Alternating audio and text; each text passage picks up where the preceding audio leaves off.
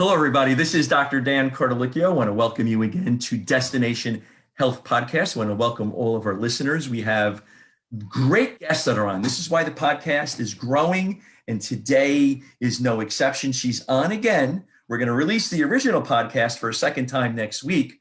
We have on Liz Nierzwicki. Liz, how are you doing today?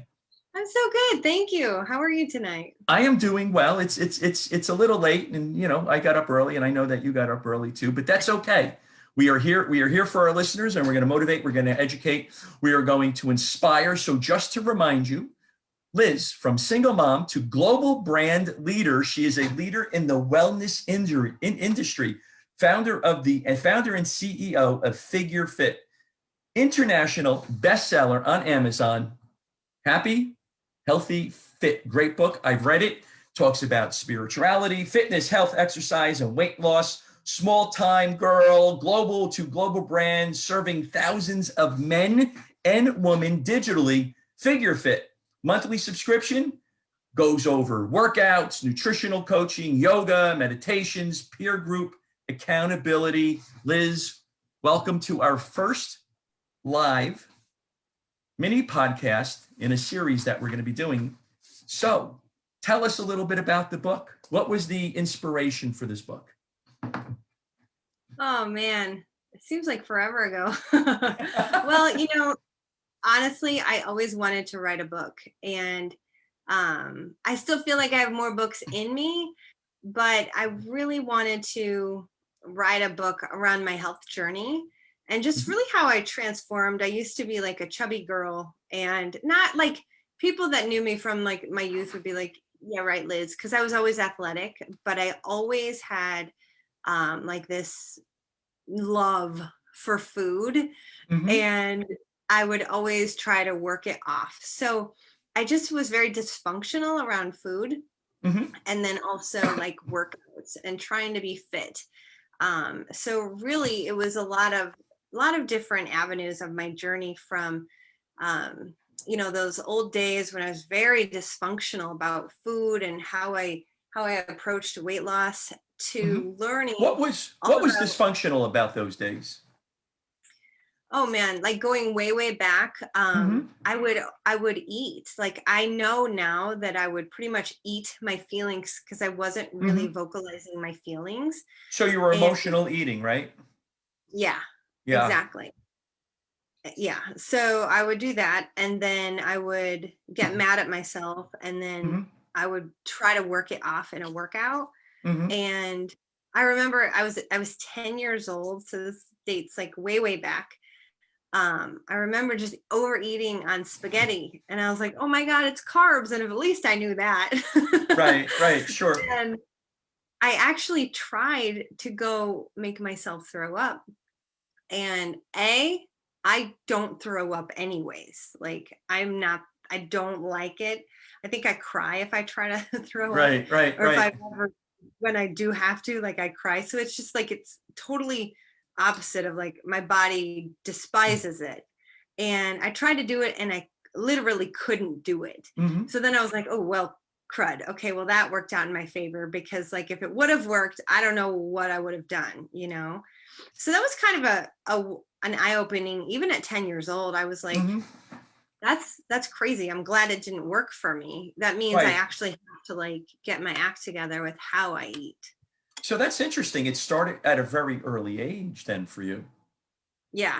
That's really young. And for somebody who's come this far, because you've been on stage, right? You've been a competitor and so forth.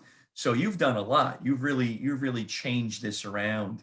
What was that defining moment that changed you around, that you said, all right, I really got to change this? Was that in your teenage years? Was it a process that you went through? It was a combination of things. It just was a culmination of things. I never really truly had a handle on it. And so I went to college and I wanted to be a doctor, and I was going to be an eye doctor. So I was an undergraduate of nutrition science. That was my pre-med. And when I got into that, I chose that specifically because I wanted to learn more about foods and what was healthy and what wasn't healthy. And I studied psychology as a minor, so I could really get a handle on why I did the things that I did. Right. So those two two things I just like really did for me. I learned so much about food. And Hmm. at that same time, the Dr. Atkins diet was coming out. Oh, the Atkins And diet. Yes. yeah, okay. So when I was in college, though, I write about this in my book. I don't remember what chapter it's in, but I write about this story in my book. And this is gross, but people do it. And I'm just going to be honest about it. So I'm I think you and I may have spoken about this, but go ahead, go for the gusto. I'm getting vulnerable and real. Um, so like at one point in time in college, you know, it's pizza galore, right? So you go out, you hang out with friends and you order pizza. Well, I would always like be so worried about eating that late at night and what it would do to my physique. Hmm. And just I never really wanted to be overweight. And so I Hmm. would take a Corexol and the next day it would all just come out of me. So I thought, well, what happened was I actually ruined my body's natural system of how things flow. And Right. I didn't know it until I went to Finland and I was studying international marketing. I get to Finland and I didn't have that anymore. And I'm all backed up. I can't go to the bathroom and I'm in a foreign country.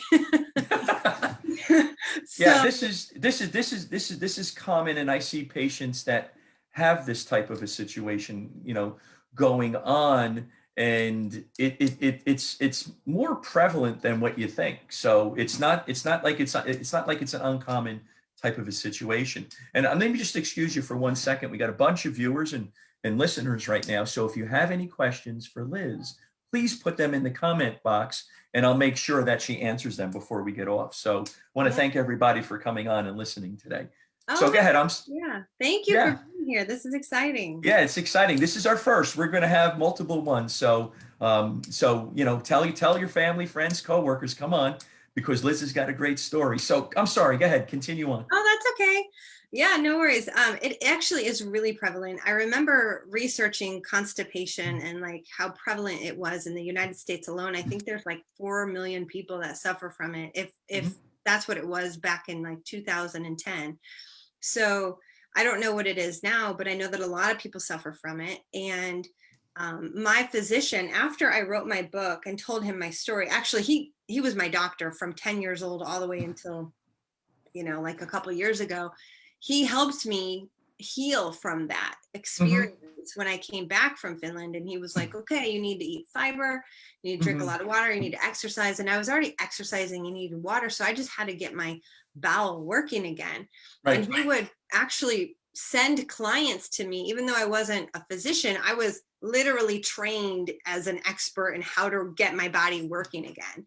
So Right. that was pretty neat. You know, sometimes you think these things are awful. Why did it happen to me? But I ended up helping many people because I went through that. So that's always a good takeaway from it.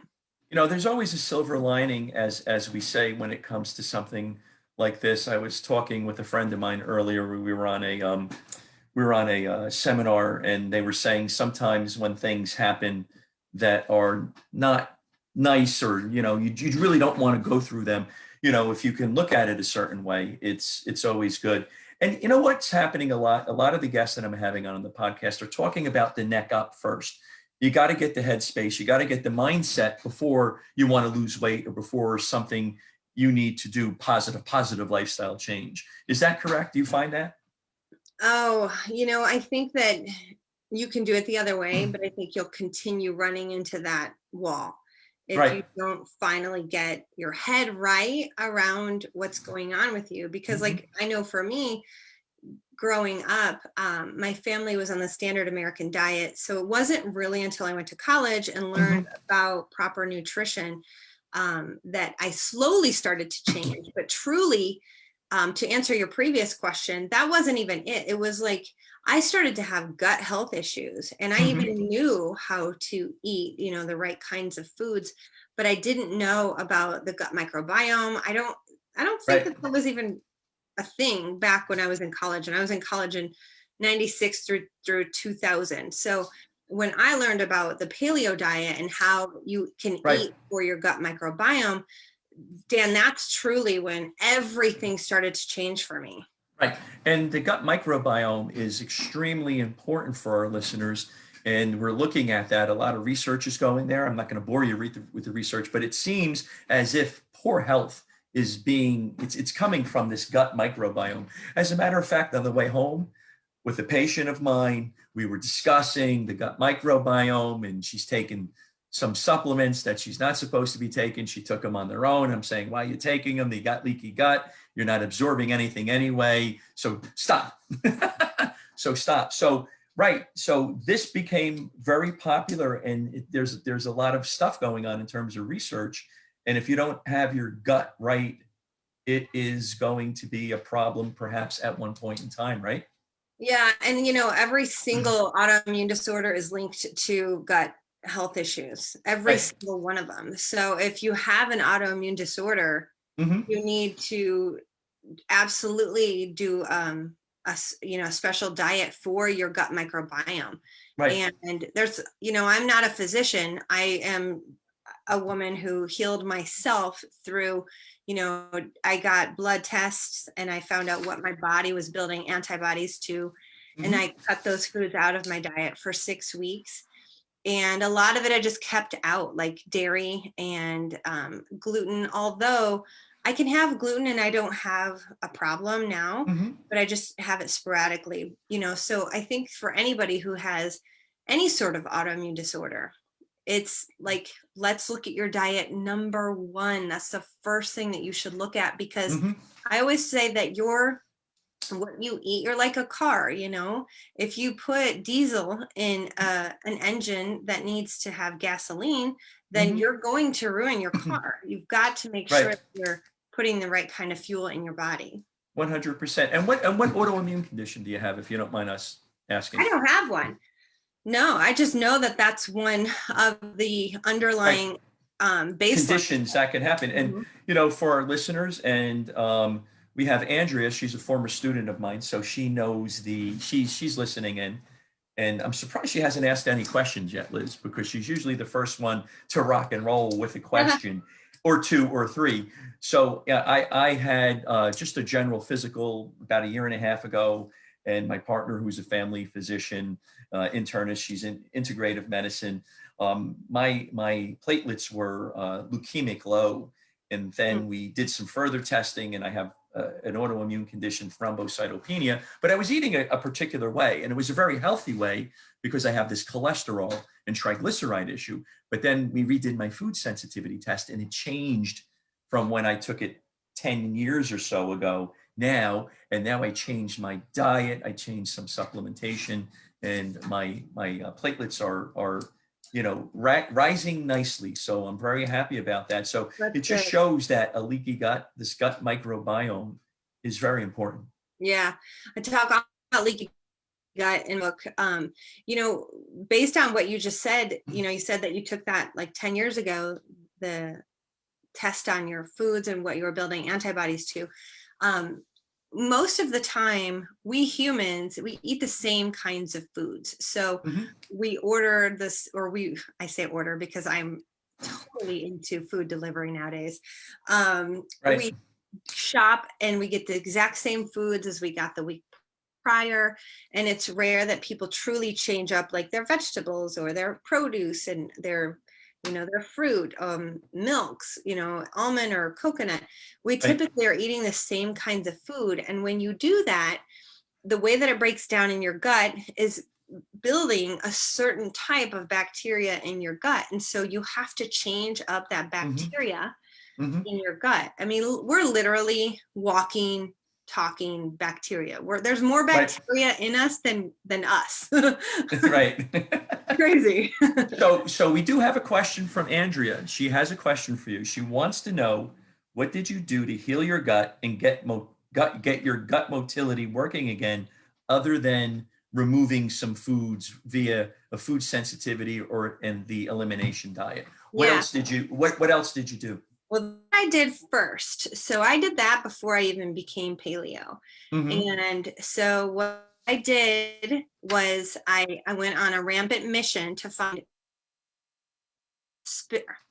And in side of vegetables. And I didn't want to take like supplements, although you can do that. I wanted to make sure that it came from vegetables. And I looked at like iceberg, which is like pointless to even eat. Romaine is like the second best, and spinach and kale are, spinach is number one. And so I added spinach because it has so much fiber. To basically my diet every single day. And that, along with all the other things I was already doing, which was working out and drinking a lot of water, helped me get my bowel working again. That's what did it. But my food habits were always still kind of hit or miss, because I wasn't paleo yet. So I still ate milk. I still had bread and gluten. And my girlfriend is the one who told me about the paleo diet. And she said, you might want to look at this. And I read up on it and I looked into it, and I decided to get my blood test to see what my body was building antibodies to. And that's when I cut all of those things out that my body was building antibodies to, that's when my allergies went away. I got truly regular without needing coffee in the morning. But my allergies going away was the biggest thing for me, because I would get eye allergies every single fall, and it was awful. And like that completely went away. And it was all because I fixed my gut microbiome. Right. Sure. Excellent. I mean, we work with this every day in the office. We do different testing. We'll do a stool analysis, and patients are kind of funny because they'll say, why are we talking about my bowel movements? Because it's very important to talk about. Absolutely. Because there's a lot of information that we can get from that. So then from there, you got better. And then what did you do next on your health journey? So from there, I'm glad you asked that, because from there, I actually said, you know what, I've always wanted to do a fitness competition. So I was like, let's do it. So I started to train for a fitness competition, and I already knew how to work out. I was in sports growing up, but in college I started weight training. So I kind of knew how to do that. And then I decided to train for what was it? Fitness America pageant in Las Vegas. I went all in. I went for the big one. And my motivator was, knowing you just go all in. It's never just a little bit, right? No, why waste your time? Why waste your time is right. Exactly. So no, I just went straight for the big one. And my motivator was my backside. That was my motivator. I was like, oh my God, I have to get on stage and turn around. Like, I got work to do. And so I just like studied, like, how do you eat? How do you fuel, yourself for like optimal body physique? And there's there's dieting, and then there's training your physique. Right. And I was always dieting rather than training my physique. And once I finally started training for a physique, my body started changing. Like, you have to actually eat carbs. You have to actually fuel your body. Yes, you do. The way that, you work it, you need to fuel it. And I just started to get in great shape. And then I did the fitness competition. I didn't place. I was unknown, so that was my next question. Where did you get it? Who knows? I don't even know. Couldn't tell you.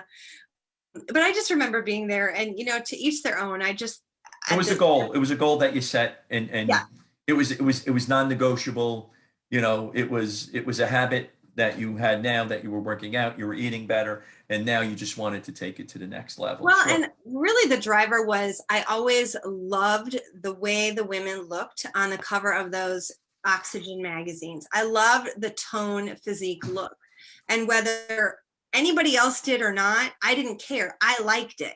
I wanted that for myself. That was you wanted. Yeah. And who did you look up to during that time? Oh, you know what? I looked up to a couple of people. I looked up to what is her name? I'm really bad with names. I think her name was, I don't know, Elizabeth, maybe? She had dark hair at the time. She's real short hair. She's stunning. I I also looked up to Lori Harder. Mhm. You know, the magazine, you know, isn't even, is it? I don't even think it's a thing anymore. The I guy don't who, think it's a thing anymore either. No, I think it's gone. The reason yeah, why I asked that is because we have had multiple male and female, bodybuilders, bikini pros, figure competitors, fitness competitors. Ryal Graber is a fitness competitor, and she's won um, shows and so forth and so on. I always find that fascinating.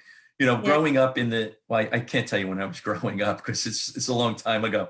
We used to, we were actually, goofing around the other day in the office where we were saying it was the Charles Atlas uh, ad in a comic book where somebody's kicking sand, and it wasn't even a picture. It was like a cartoon type of a thing. That's what we looked at, and that's what got us into that's so bodybuilding and funny. fitness. Yeah. So Yeah, so Jamie Eason, that's one of the people yeah, that I looked up to. So it was like the cover, it was that toned physique, it was the abs. I was like, if they can do it, I can do it. And I'm going to figure out how to do it. that's great. And that was like one of my first drivers. And so, however, at the same time I decided to do that, I wanted to do two other things. One of them was open a business. Mm-hmm. And the other one was become a yoga teacher. So I was actually in Los Angeles and I was flying back to the Midwest, and I wrote on a piece of paper that day 3 goals: do a fitness competition, Mm-hmm. start a business, and become a yoga teacher. And those are my 3 goals. I got home, I started to go to work on all of them. And so I started training for the fitness competition right away. I found a yoga school that I enrolled in right away. Mm-hmm. And then I was like, okay, next up is starting a business. And I got an entrepreneur magazine, didn't really know what I was going to do. Right.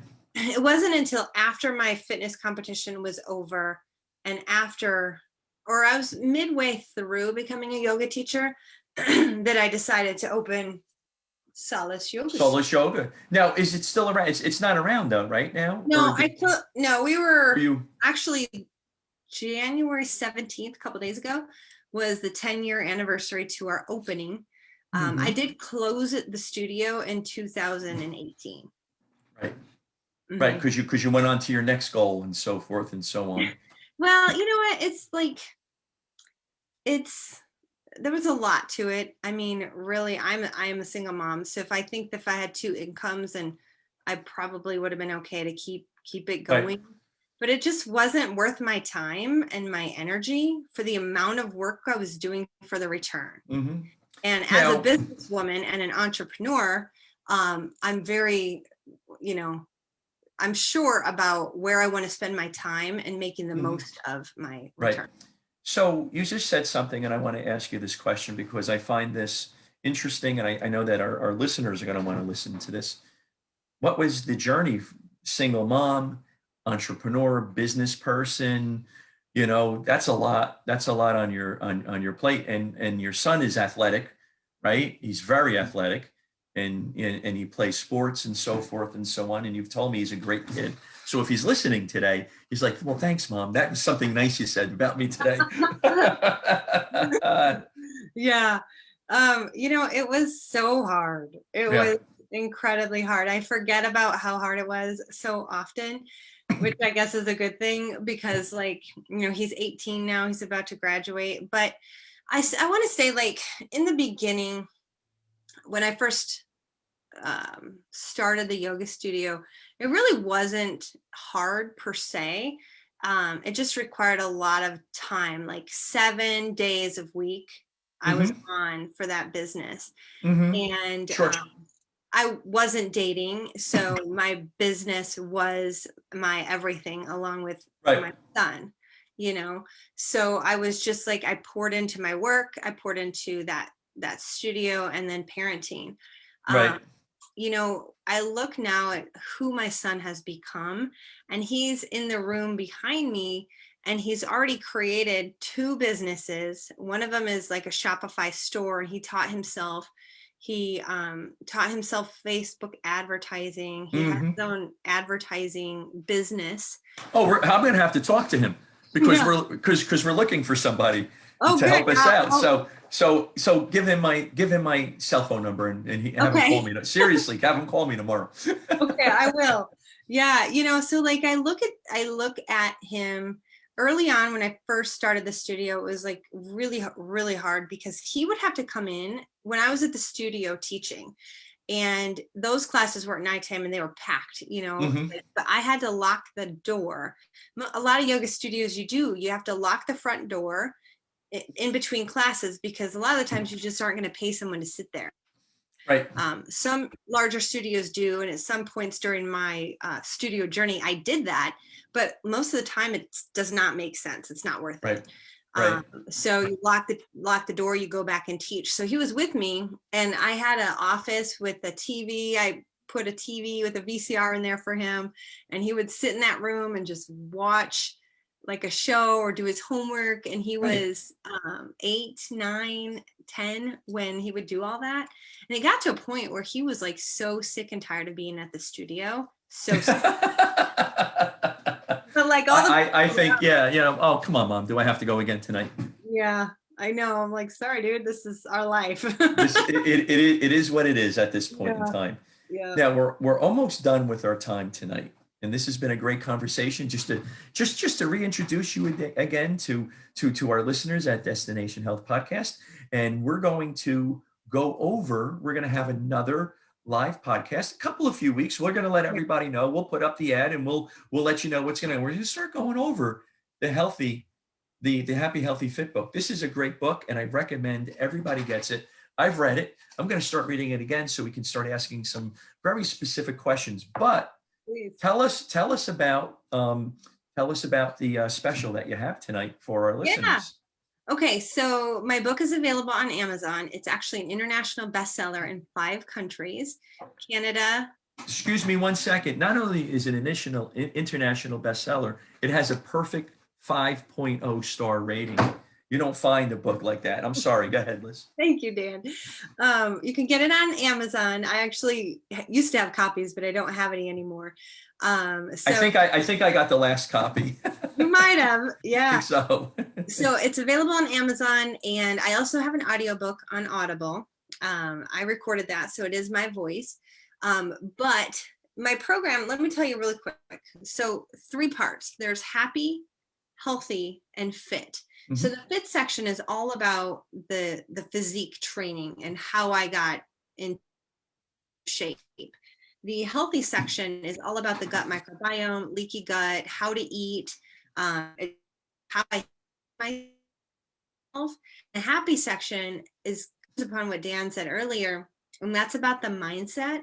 And I didn't even know this until I became a yoga studio owner. Right. And really started meditating and really started to understand the different patterns of the mind and how we create habits. So that's all in the happy section. And you guys, this book is huge in science, and it's like a lot of it is my story, but it's backed up by science and research. So this is the book. And then I also have an online program called figureFIT. And the program itself is the workouts that I do. And there are weightlifting workouts or high intense interval training. There's video library where you watch the videos for that specific workout, you do them. And then we also have nutrition manual, nutrition coaching, but I also have e-courses, and those online e-courses are usually sold in the thousands of dollars. One of them is called the Nutrition and Fat Loss Mastery e-course, where you can learn your macronutrients, learn about how to pair your nutrients with your workout. Maybe you're not working out. How are you going to eat? How many carbs should you have? How much protein should you have? When should you eat what based on your activity? And that's all in that program. And right now you can take a peek behind the curtain of what figureFIT is all about. And you can get access to those online e-courses by having a 7-day free trial. And wow, that's great. So how you do that is I'm going to have you text me the word free, FREE. Text it to 574-221-8054. And then I will shoot you a link and you can sign up for that. That's 7 days free access to peek behind the curtains of what figureFIT's all about. I love that. And listen, for all of our listeners tonight, first thing, get the book and then text. All right. Because this is going to be your manual. Then you get a 7-day free. It's worth thousands of dollars. You're not going to get any better than Liz. So please, we recommend and see what it's all about. Again, this is a great book. Take her up on this offer because it doesn't happen every single day. Thousands of dollars for free. And you can get a week, you can get a taste of it, and then you can go from there. Yeah. So Liz, any other pearls before we get off tonight? Do you have any other thoughts? Anything you want to leave our listeners before we go? I just want to say thank you to you. Thank you for putting this together. I'm really excited You're welcome. to be here with you and your audience as well. I appreciate you and all that you're doing for everybody. You've been really showing up in the world, bringing a bunch of different experts to the table. So I just want to, thank you for that and what you're doing. Thank you very much. I appreciate you being here. I appreciate you as a friend, and you're an expert. So we're having you on Destination Health Podcast. So you're right there. We're all right there. So that's great. So the number is 574-221-8854. 8054. 8854. 8854. 80. Text 80. Oh, I'm sorry. 8054. My fault. Somebody's going to be getting free. Yes, Liz, we've been up since 5 o'clock. Anyway, 574-221-8054. It's in the show notes. Get the book. Thank you very much, Liz, for being on tonight. We're going to have Liz again on in a few weeks, and we're going to start delving into the book. We're going to start discussing. I will tell you one thing. Hold on one second. This is funny. Okay. What happened on the first podcast? What did you have me do? Do you remember? Did I have you meditate? You did, in fact, have me meditate for like 3 minutes. We were meditating, and you brought me out of it. So we're going to re-release the podcast, and you can see Dr. Dan meditating. Yay! Yes. And for all of my friends in North Jersey, they're going to see this. Liz, next week, it's going to be bad in the office. They're all going to make fun of me. Oh, man. You know what? I love meditating. I do it every morning. So do I. All right. So for all my friends in North Jersey, there you go. Okay. It's all good. Hey, you know what? If you're not meditating, you're out of the loop.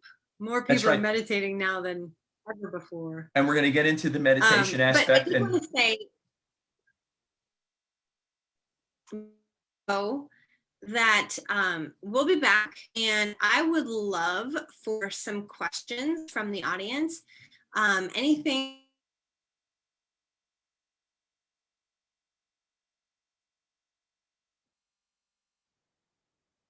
habits or habits, and then also really following the pattern of my book, Happy Health.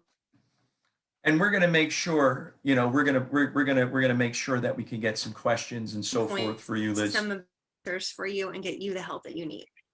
Absolutely. Great. Thank you very much, Liz. It's been a great conversation as usual, and we will see you in a few weeks. Want to thank everybody for being here. I'm Dr. Dan, suburbanwellnessgroup.com, 973-483-2277 for all of my New Jersey individuals.